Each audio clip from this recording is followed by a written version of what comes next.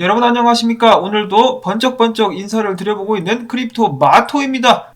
금리 인상 발표를 앞두고 아무래도 이 시장이 긴장하지 않을까라는 생각을 했었는데 오히려 쭉쭉 달려주고 있는 미국 증시 큰 폭으로 상승을 해주고 있습니다. 다부터 시작해가지고 나스닥까지 그 와중에 금만 후드러 맞고 있는 모습이 보여지고 있는 가운데 비트코인도 상승을 시작했습니다. 39,643달러, 이더리움도 2,600달러를 뚫어주면서 정말 간만에 좀 오른 듯한 모습을 보여주고 있는 가운데 미국의 조 바이든 대통령 최근에 올해 회계연도 지출을 위한 1조 5천억 달러 지출 법안에 서명을 했다라고 합니다. 돈을 계속해서 빌려오고 있죠. 미국 정부는 돈이 없기 때문에 연준으로부터 계속 빌리면서 미국 정부의 빚은 올라가고 있는 상황. 자, 근데 조 바이든 대통령을 지지하시는 분들도 계실지 모르겠습니다만 이 사람 그냥 좀 정신병자 같은데요. 그냥 인플레이션 걱정된다면서 계속해서 돈을 펑펑 써 제끼고 있습니다. 이 양반의 궁극적인 목표는 무엇인가 궁금하기도 한데요. 자, 이런 와중에 어제 트위터상에 다음과 같은 사진이 올라왔는데 또 나름 화제가 되고 있죠. 캘리포니아의 한 마트에서 딸기 조그만한 박스 하나가 21달러 99센트 22달러 거의 25,000원 수준까지 해가지고 팔고 있는 모습이 보여지고 있습니다. 자, 올가닉이기 때문에 좀 더 비쌀 수는 있겠지만 그것을 감안하고서라도 꽤 큰 금액이 아닌가. 서민들은 도대체 어떻게 살아라는 것인지 계속해서 쉽지 않은 방향으로 세상이 흘러가고 있습니다. 자, 여기서는 바로 비트코인 소식들로 들어가 보도록 하겠는데요. 멕시코 3대 부호이자 열렬한 비트코인의 지지자 사리나르 회장 같은 경우는 암호화폐 중에 비트코인만 보유하고 있으며 매도할 생각이 없다라고 밝혔습니다. 그가 앞서서 밝힌 바에 의하면 그는 자산의 10%를 비트코인으로 보유 중이라고 이야기를 한 바가 있고요. 이를 팔지 않겠다. 추매는 좀 해줬으면 좋겠는데. 자, 다음으로는 글로벌 회계 컨설팅 기업인 딜로이트. 그들은 이야기하기를 비트코인이 여러가지 측면에서 전통 법정화폐 시스템 개선에 도움을 줄 수 있다. 그리고 CBDC, 중앙은행 디지털 화폐 생태계를 보다 저렴하고 빠르며 안전하게 만드는데 비트코인이 역할을 할 수 있다라고 밝혔습니다. 자, 이런 식의 해석도 가능하다라는 생각이 들기도 하는데요. 자, 과연 비트코인은 미래 CBDC와 공존하면서 서로를 돕는 역할을 할 수 있을 것인가 기대가 많이 됩니다. 자, 다음으로 해서 미국의 상원 의원 후보자 중에 브라이언 솔스트는 이야기하기를 미국에서 비트코인을 법정화폐로 만드는 것이 본인의 상원 의원으로서의 주요 목표가 될 것이다라고 밝혔습니다. 자, 역시 정치인답게 이빨 하나는 잘 까죠. 부디 이 사람이 진심으로 비트코인을 위해서 일하는 마음을 갖고 있기를 바라보고, 자, 그 다음으로 미국의 본드킹이라 불리는 빌 그로스는 다음과 같이 이야기를 했는데 세상에는 달러를 대체할 무엇인가가 필요하다. 그것이 바로 내가 비트코인을 매수하는 이유이다. 즉 비트코인이 달러를 대체할 수 있다고 생각하고 있는 것이 아닌가라는 생각이 듭니다. 시간이 갈수록 계속해서 가치가 떨어지면서 최근에는 사우디아라비아, 중국, 인도 등이 달러로 오일 거래를 하지 않고 다른 방안을 찾고 있다는 소식이 계속해서 나오고 있습니다. 계속해서 천천히 외면받기 시작하는 달러. 과연 달러의 운명은 어떻게 될 것인가? 자, 이런 상황 속에서 비트코인 같은 경우 계속해서 출금량이 늘어나고 있다는 소식이 나오고 있습니다. 코인베이스에서만 최근에 12억 달러 정도의 비트코인, 개수로 치자면 약 31,130개 정도가 코인베이스 거래소에서 출금이 되었다라고 하네요. 자, 이를 두고 글래스노드는 이야기하기를 미국의 대표 거래소 비트코인 잔고 기준 최대 거래소인 코인베이스에서 계속해서 비트코인 잔고가 감소한다. 이것은 규모가 큰 기관들이 거시 자산으로서 비트코인을 수용하고 있다는 사실을 추가로 지지한다라고 설명을 하기도 했었습니다. 거대 고래들 및 기관들이 비트코인을 지지하면서 비트코인을 모으고 있는 것이 아닌가라는 희망적인 생각을 하게 되는데요. 차트로 봤을 때는 이런 식으로다가 코인베이스 내에서의 비트코인 보유량이 계속해서 쭉쭉 빠지고 있다라고 하네요. 자, 계속해서 비트코인 매집 가지야. 이어서 약간의 재탕 소식이기도 합니다만은 6개월 미만의 비트코인 홀더들, 즉 단타를 치러 들어온 개미들 같은 경우 탈탈 털려가지고 전체 유통량의 24.53%밖에 되지 않는데 이것이 역대 최저치라고 합니다. 자, 과연 이것이 비트코인의 바닥을 의미하는 지표가 될 수 있을 것인가?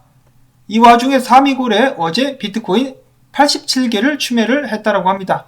그동안에 계속해서 몇백 개씩 사다가 이번에 87개 사니까 이게 조금이네라는 생각이 들 수도 있겠는데 87개면 그래도 액수가 어마어마하죠.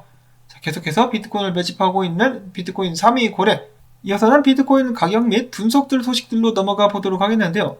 갤럭시 돼지털의 수장 마이크 노보그라츠 최근에 블룸버그 TV와의 인터뷰에서 비트코인이 5년 안에 50만 달러까지 돌파할 수 있을 것이다 라고 밝혔습니다. 아니 이 양반은 아직 10만 달러도 안 됐는데 벌써 50만 달러?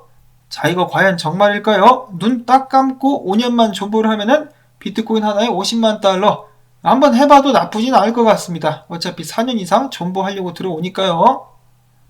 다음으로 해서는 비트코인 분석인데 첫 번째로는 PL이라는 분석가 전체적으로 아직 크게 달라진 것은 없다라고 이야기를 하면서 비트코인이 저점을 높여가고 있다라고 이야기를 하고 있습니다.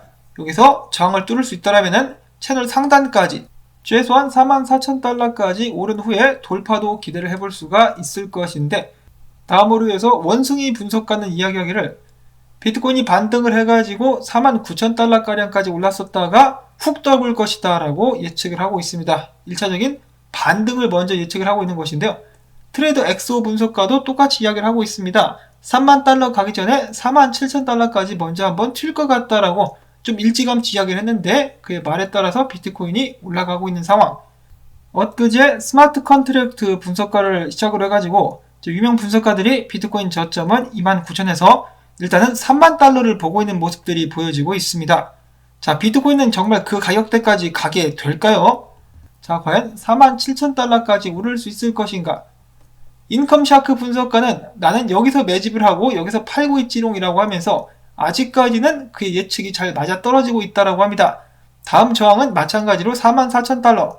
과연 비트코인은 일단 44,000달러까지 안전하게 상승할 수 있을 것인가? 이런 상황 속에서 부처라는 분석가 같은 경우는 이야기하기를 자 비트코인을 주봉으로 봤을 때는 굉장히 안 좋아 보이지만 월봉으로 봤을 때는 괜찮다.